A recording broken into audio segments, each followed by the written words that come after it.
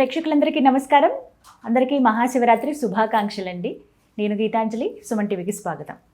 చాలామందికి ఉన్నటువంటి సందేహం, ఏ సమయంలో మేము శివాభిషేకం చేసుకోవాలి, ఎలా చేసుకోవాలి, ఎటువంటి నైవేద్యం పెట్టాలి, అసలు ఇవాళ నైవేద్యాన్ని సమర్పించవచ్చా, ఉపవాసం ఖచ్చితంగా ఉండాలా, జాగరణ ఉంటే ఆ సమయంలో ఎలా ఉండాలి, ఏ జపం చేయాలి, శివనామ స్మరణేనా, ఇంకా ఏమన్నా మనం అష్టకాలు కానీ ఇవన్నీ చదువుకోవచ్చా, ఇలా చాలా సందేహాలు వచ్చేస్తూ ఉంటాయి. ఉపవాసం ఉదయం నుంచి ఉండాలా, ఎప్పుడు అవి విరమించాలి, అసలు శివాభిషేకం ఎలా చేసుకోవాలి, స్వామి అనుగ్రహం ఎలా పొందాలి, ఈ సందేహాలన్నిటికీ వాళ్ళ వీడియోలో సమాధానం తెలుసుకుందాం.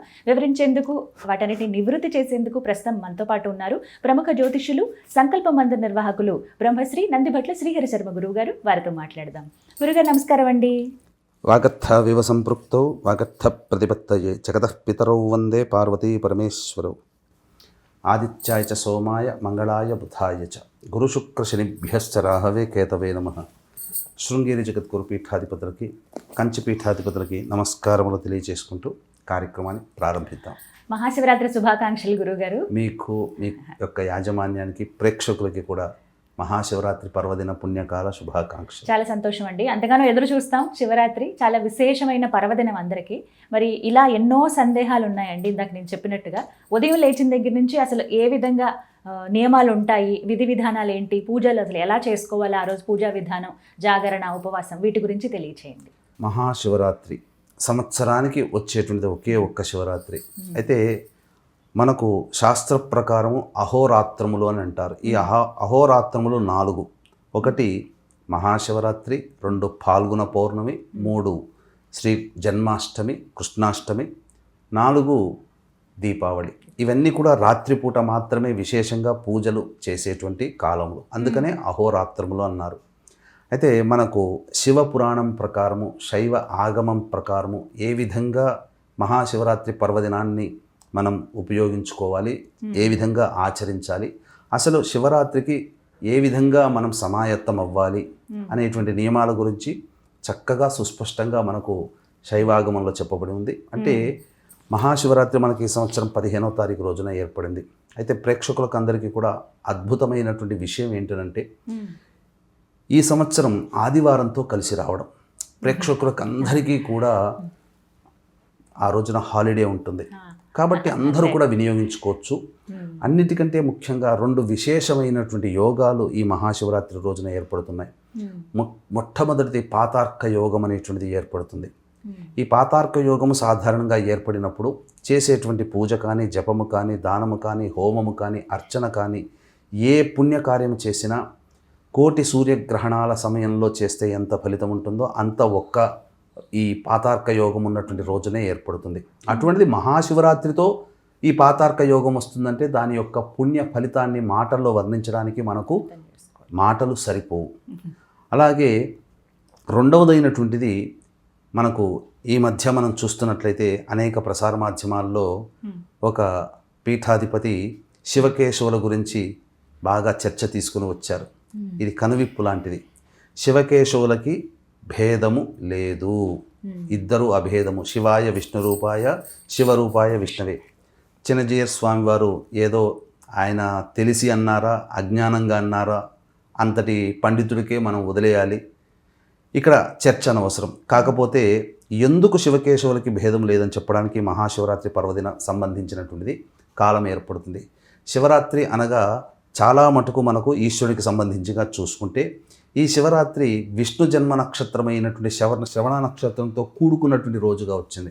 అంటే ప్రదోషకాల సమయానికి 7:27 శ్రవణ నక్షత్రం ప్రవేశిస్తుంది. మహాశివరాత్రి రోజున శివుణ్ణి కొలుచుకుంటూ విష్ణు సంబంధించినటువంటి నక్షత్రం శ్రవణ నక్షత్రం ఉన్నటువంటి రోజున ఇద్దరినీ కలిపి పూజించినటువంటి పుణ్య ఫలితాన్ని ప్రేక్షకులందరూ పొందుతారు. కాబట్టి ఇక ఈ అద్భుతమైన యోగాలు ఉన్నాయి. అయితే శివపురాణం ప్రకారము చెప్పబడినటువంటిది, శివరాత్రికి ఎల్లప్పుడూ కూడా ముందు రోజు అనగా చతుర్దశి తిథి, ప్రదోషకాల సమయం నుంచి చతుర్దశి తిథి ఉంటేనే దాన్ని మహాశివరాత్రిగా మనం పరిగణించాలి.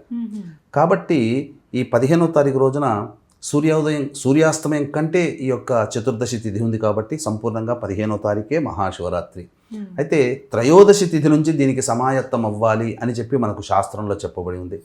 కాబట్టి ఈ త్రయోదశి తిథి రోజున చక్కగా అంటే మధ్యాహ్నం 12 గంటలకల్లా భోజనం చేసేస్తే శనివారం రోజున 5 గంటలకల్లా జీర్ణమైపోతుంది శరీరంలో. కాబట్టి సాయంకాల ప్రదోషకాల సమయానికల్లా కూడా పూర్తిగా శిరస్సుతో పూర్తిగా శిరస్నానం ఆచరించాలి.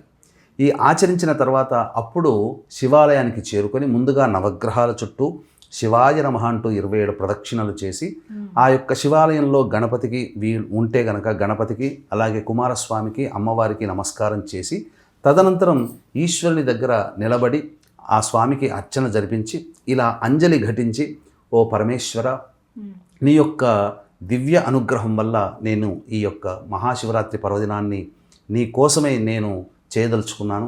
నాకు శక్తిని, భక్తిని చేసే విధానాన్ని నాకు ప్రసాదించు. నీ వల్ల నీ యందు సదా అనురక్తిగా ఉండి నీ యందే ధ్యాస కలిపే విధంగా నా మనస్సుని కట్టడి చెయ్యి అని చెప్పి అంజలి ఘటించి ఆ పరమేశ్వరుని వేడుకొని, అలాగే నందీశ్వరుని దగ్గరికి వచ్చి కూడా ఆ నందీశ్వరునికి కుడి చెవిలో చెప్పి ఈ చెప్పినటువంటి విధానంగానే 2 శృంగంలో గుండా పరమేశ్వరుని దర్శించుకొని, నందీశ్వర, ఈశ్వరునికి నా మాటగా నీవు చెప్పు అని చెప్పి తదనంతరం చక్కగా ఆ యొక్క సంబంధించిన దేవాలయం నుంచి నిష్క్రమణ చేసుకొని ఇంటికి వచ్చి ఆ రోజున వీలైతే భూషయనం చేసుకుంటే చాలా మంచిదమ్మా.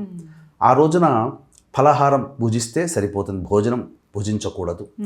తర్వాత మద్యపానము, ధూమపానము, మాంసాహారము ఇవన్నీ నిషేధము, దాంపత్యము కూడా నిషేధము. ఆ యొక్క శనివారం రోజున అంతా కూడా పరమేశ్వరుని మనస్సులో ధ్యానం చేసుకొని చక్కగా తెల్లవారితే శివరాత్రి నేను ఎంతో గొప్పగా చేసుకోవాలి, నా మనస్సులో అంతా పరమేశ్వరుని అనుగ్రహమే కావాలి, శివాజ్ఞ లేనిదే చీమైన కుట్టదు, ఈ యొక్క కార్యక్రమం మీరు వీక్షించాలన్నా, ఈ కార్యక్రమాన్ని మేము చేయాలన్నా ఆ పరమేశ్వరుని యొక్క ఆజ్ఞ ఉంది కాబట్టే సకాలానికి ఈ సమయానికి చేయడం జరిగింది. కాబట్టి ఆ పరమేశ్వర ఆజ్ఞగా భావిస్తూ చక్కగా తెల్లవారి శివరాత్రి రోజున ఎలా చేసుకోవాలి నాకు అని చెప్పి కలలు కంటూ నిద్రపోవాలి. తదనంతరం బ్రహ్మముహూర్త కాలంలో 3 నుంచి 4 గంటల మధ్యకాలంలో నిద్రలేచి కాలకృత్యాదులు తీర్చుకొని ముందుగా చక్కగా కుంకుమ లేదా విభూతి ధరించి పూజా మందిరంలోకి చేరుకొని ఆవు నేతితో దీపారాధన చేసి శివచిత్ర పరివార పటానికి గన్నేరు పూలమాల కానీ, మల్లెపూలమాల కానీ, బిల్వదళ మాల కానీ సమర్పించి శివ సహస్రనామ పారాయణం చేయాలి. చేసిన తరువాత ఆ తదనంతరం ఉదయిస్తున్నటువంటి సూర్యునికి దగ్గర ఇలా అంజలి ఘటించి నమస్కారం చేసి సూర్యాష్టకం 6 సార్లు పారాయణం చేయాలి. చేసిన తర్వాత ఆ ఉదయిస్తున్నటువంటి సూర్యుడికి నమస్కారం చేసుకుంటూ, ఓ సూర్య భగవానుడా, మళ్ళీ ఇలాగే అంజలి ఘటిస్తూ, ఓ సూర్య భగవానుడా, ఈరోజు శివరాత్రి నేను మనస్ఫూర్తిగా చేయాలని సంకల్పం చేసుకున్నాను, పరమేశ్వరుని అర్చించాలనుకున్నాను, నాకు ప్రధానంగా అర్చించగలిగే శక్తిని ప్రసాదించమని ఆ యొక్క సూర్యనారాయణని వేడుకోవాలి. ఎందుకంటే సూర్యనారాయణ కిరణాలు మన శరీరం మీద పడ్డప్పుడు ఆ అంజలి ఘటించి వేడుకున్నటువంటి కారణం చేత ఆ సూర్యనారాయణుడే మనం ఆ రోజంతా కూడా ఉపవాస నియమాన్ని పాటించే విధంగా మనకు శరీరానికి కిరణాల ద్వారా శక్తిని ప్రసాదిస్తాడు. ఆ విధంగా వేడుకున్న తర్వాత 6 సార్లు సూర్యుడికి సూర్యనామాన్ని ఓం సూర్యనారాయణ మహా తర్పయామి అంటూ 6 సార్లు తర్పణాలు వదిలిన తర్వాత ఆ రోజంతా కూడా శివరాత్రి రోజున ఒక్కసారి మనం పఠిస్తే ప్రతి సెకను కూడా అమృతతుల్యము, అమూల్యమైనటువంటిది. కాబట్టి ఏ పని చేస్తున్నా, ఎక్కడికి పోతున్నా, నడుస్తున్నా, ఏం చేస్తున్నా మనస్సులోనైనా కానీ బయటికైనా కానీ శివనామస్మరణ చేయాలి. మనకు సాక్షాత్తు శృంగేరి పీఠాధిపతులు మనకు ఉపదేశం చేసినటువంటిది నమఃశంకరాయ నమఃశంకరాయ నమఃశంకరాయ లేదా శివాయ నమః శివాయ నమః శివాయ నమః ఈ నామాలనే జపించాలి తప్ప శివపంచాక్షరి సంబంధించినటువంటి ఓం నమఃశివాయ అనేటువంటిది జపించకూడదు. సామాన్య ప్రజలకి ఇది ఉపదేశం లేనిదే చెయ్యకూడదు. ఈ విధంగా నామజపం చేస్తూ ఉండాలి. తదనంతరం చాలామందికి ఉండేటువంటి విధానం ఏంటంటే ఈ సంబంధించినటువంటి శివారాధన అందరికీ మహాశివరాత్రి అంటే అందరికీ గుర్తొచ్చేది అభిషేకము, జాగరణ, ఉపవాసం ఇట్లాంటివి. ఇవన్నీ కూడాను ఉండేటివే. కానీ దేవాలయానికి వెళ్ళి అభిషేకం చేసుకోవాలనే ఆలోచన చేసేవాళ్ళు కొంతమంది ఉంటారు. కానీ ఇక్కడ గమనించాల్సింది ఏంటంటే చాలామందికి ఈ మధ్యకాలంలో మన ఇంట్లో మనం చేసుకునే విధంగా ఉంటే బాగుండు కదా, మనము ఈశ్వరునికి అభిషేకం చేసుకుంటాం కదా అని చెప్పానంటారు. ఇంట్లో ఉన్నటువంటి రాతి శివలింగాలకి, ఏదైనా స్ఫటిక శివలింగాలకి ఉంటే చేసుకుంటే మంచిదే. కానీ ఈ యొక్క కలియుగంలో చెప్పబడినటువంటిది పుట్టమన్నుతో చేసినటువంటి శివలింగము చాలా ప్రభావవంతమైనది. కాబట్టి ఇటువంటి పుట్టమన్నుతో శివలింగాన్ని మనకు శివ పురాణం ప్రకారం ఏ విధంగా చేసుకోవాలో శాస్త్రజ్ఞులు మనకు తెలియచేశారు, శాస్త్ర పురుషులు. అయితే వీక్షించేటువంటి ప్రేక్షకులకి కూడా ఈ యొక్క మహాశివరాత్రి పర్వదిన సందర్భంగా మీ యొక్క సంకల్పం నెరవేరాలి అనే సదుద్దేశంతో 15వ తారీఖు రోజున ప్రదోషకాల సమయంలో కాశీ విశ్వేశ్వరుని దేవాలయ ప్రాంగణ సమీపంలో సాయంకాలం రుద్ర పారాయణాలు, రుద్రాభిషేకాలు జరపబడతాయి. అవకాశం ఉన్నవాళ్ళు 15వ తారీఖు సాయంత్రం 6 గంటల లోపల మీ గోత్రనామాలు నమోదు చేసుకోవచ్చు. అలాగే 17వ తారీఖు రోజున సూర్యగ్రహణము, పంచగ్రహ కూటమి, మాఘామావాస్య కుంభరాశిలో ఏర్పడుతుంది. మన భారతదేశంలో కనిపించదు. పాటించాల్సిన నియమాలు కానీ ఆచారాలు లేవు. అయినా ప్రభావం కొన్ని రాశుల మీద ఉంటుంది. కుంభరాశి మీద ఏర్పడుతున్న కారణం చేత వృషభ, మిథున, కర్కాటక, సింహ, తుల, వృశ్చిక, మకర, కుంభమీన రాశిలో జన్మించిన వారికి ఈ సంబంధించినటువంటి గ్రహణ దోష నివారణ పూజల హోమాలు 17వ తారీఖు రోజున మధ్యాహ్నం 3 గంటలకి జరిపించి, చండీ హోమము, మృత్యుంజయ, రుద్ర సుదర్శన హోమాలు జరిపించి, శనీశ్వర నివారణ హోమాలు జరిపించడం జరుగుతుంది. అవకాశం ఉన్నవాళ్ళు 17వ తారీఖు మధ్యాహ్నం 1 గంట లోపల మీ గోత్రనామాలు నమోదు చేసుకోవచ్చు. శక్తిపాతం చేసిన కరుంగలిమాల ఇవ్వడం జరుగుతుంది. శివ పురాణం ప్రకారం శివలింగాన్ని ఏ విధంగా తయారు చేసుకోవాలి? స్వచ్ఛమైనటువంటి పుట్టమన్ను అనేటువంటిది ఈ సంబంధించినటువంటి పూజా స్టోర్లో దొరుకుతుంది. ఆ పూజా స్టోర్లో ఆ పుట్టమన్ను తెచ్చుకోవడము, అలాగే పంచవృక్షాల నీడన ఉన్నటువంటి మన్ను కూడా తీసుకొని రావాలి. అంటే తులసి వృక్షము, అలాగే మారేడు వృక్షము, రావి వృక్షము, అలాగే మర్రి చెట్టు వృక్షము, జమ్మి వృక్షము, మోదుగ వృక్షము, ఈ 6 సంబంధించినటువంటి వృక్షాల్లో ఏది మీకు దగ్గరగా అందుబాటులో ఉంటే ఆ వృక్షాల దగ్గర ఉన్నటువంటి ఉత్తరం వైపు పాకుతున్నటువంటి వేరు దగ్గర ఉన్నటువంటి మట్టిని తీసుకొని వచ్చి బాగా మెత్తగా దంచి ఈ పుట్టమన్నులో జల్లెడపట్టి, ఈ పుట్టమన్ను కూడా జల్లెడపట్టి మెత్తదైనటువంటి పుట్టమన్నుని మనం ఒక రాశిగా పోసుకోవాలి. ఆ పుట్టమన్నులో కొద్దిగా 5 గ్రాములు పసుపు, 5 గ్రాములు కుంకుమ, అలాగే జాజికాయ, జాపత్రి, ఇలాచి మరియు పచ్చకర్పూరము, వట్టివేళ్ళు, ఇవన్నీ కూడా వట్టివేళ్ళు దంచాల్సిన పని లేదు. ఇవన్నీ కూడా బాగా మెత్తగా దంచి ఆ పుట్టమన్ను తెచ్చినటువంటి మన్నులో కలపాలి. అలాగే పరమేశ్వర వీర్య స్వరూపమైనటువంటి పాదరసాన్ని 1 లేదా 2 గ్రాముల మోతాదు తీసుకుని వచ్చి ఆ విధంగా వేయాలి. అలాగే ఎర్రచందనము మరియు మంచి సుగంధము, గంధము పొడి కూడా వేయాలి. అలాగే విభూతి కూడా అందులో వేయాలి. వేసి మరియు చక్కెర అని అంటారు. చక్కెర అంటే మనం రోజు టీ కాఫీలో వాడే చక్కెర కాదండి. నవబోద్గడ్డ లేదా మిశ్రి అని అంటారు, కలకండ అని అంటారు. వాటిని మెత్తగా దంచి పొడి చేసి అది కొంత పొడి వేయాలి. అలాగే ఆవు పెరుగు, ఆవు నెయ్యి మరియు తేనె ఇవన్నీ కూడా వేసి అప్పుడు ఆవు పాలతో బాగా పిసికి శివలింగాకారంగా తయారు చేయాలి. చేసిన తర్వాత అప్పుడు ఆ యొక్క ఆవు నేతితో కనుక శివలింగాన్ని మొత్తము అద్దితే అది అభిషేకం చేసినా కరిగిపోకుండా ఉంటుంది. ఈ విధంగా మధ్యాహ్నంలో మీరు ప్రిపేర్ చేసుకొని ప్రదోషకాల సమయానికి అంతా కూడాను మీరు శివాభిషేకానికి రెడీ చేసుకోవాలి. అయితే ఇక్కడ సాధారణంగా వీక్షించేటువంటి ప్రేక్షకులు కూడా అందరూ కూడా 100కి 100% లేదా 99% మంది చేసేటువంటి తప్పు ఏంటనంటే ప్రతి పదార్థము కూడా అపవిత్రమే. మనం అభిషేకం చేస్తాం, మనం బావిలో నీళ్లు తెచ్చుకున్నామండి, నదిలో తీసుకొచ్చామండి, చెరువులో పట్టుకొచ్చామండి, అయినా అపవిత్రమే. శివాభిషేకానికి అపవిత్రతతో కూడుకున్నటువంటి పదార్థాలతో ఎప్పుడూ కూడా అభిషేకం చేయకూడదు. మేము దగ్గరుండి చెరుకు రసం తీసుకొచ్చామండి అని అంటాం, అయినా అది అపవిత్రమే. ప్రతిదీ కూడా ఆవు పాలైనా, ఆవు పెరుగు, తేనె, నెయ్యి ఏదైనా కానీ అపవిత్రమే. కాబట్టి అపవిత్రమైనటువంటి వస్తువులతో అభిషేకం చేయకూడదు. ఎలా అపవిత్రమైందని అంటారా? మీరు నీరు తీసుకుని వస్తారు, కానీ ఆ బావిలో ఉన్న నీరు, నదిలో ఉన్న నీరు చేపలు తాకి ఎంగిలి చేస్తే అవి నీరు అపవిత్రమవుతాయి కదా. అలాగే తేనెటీగలు నోటి ద్వారా తీసుకొచ్చి పెడితేనే అది తేనె.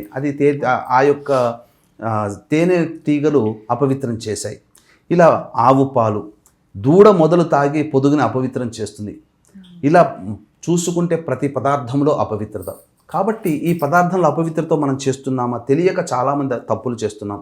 ఈ అపవిత్రత పొందినటువంటి పదార్థాలని మనము అమృతీకరణం చేయాలి. అమృతీకరణం చేయాలి అంటే మనకు గమనించుకున్నట్లయితే గరుడ ముద్ర అనేటువంటిది ప్రదర్శన చేయాలి. కాబట్టి అభిషేక ద్రవ్యములన్నీ కూడా మీరు సాయంకాల ప్రదోషకాల సమయానికి ఈ సంబంధించినటువంటి గరుడ ముద్ర అనేది ఆ ద్రవ్యములన్నీ దగ్గర పెట్టుకొని మంచినీటి బిందె పెట్టుకుంటారు కదా, అవన్నీ పెట్టుకొని ఇప్పుడు ఈ సమయంలో ప్రదోషకాల సమయం అనగా 6 గంటల 13 నిమిషాలకి సూర్యాస్తమయం అవుతుంది. కాబట్టి అప్పుడు మీరు 6 గంటల కల్లా ఈ సంబంధించిన వస్తువులన్నీ శివలింగంతో సహా మీరు ఉత్తరం వైపు ఫేస్ పెట్టాలి. ఎందుకంటే మనకు ఉత్తరాన హిమాలయాలు ఉన్నాయి, కాశీ విశ్వేశ్వరుడు కూడా ఉత్తరం వైపునే మనకుంటాడు, మన యొక్క ఏ ప్రాంతంలో ఉన్న వాళ్ళకైనా.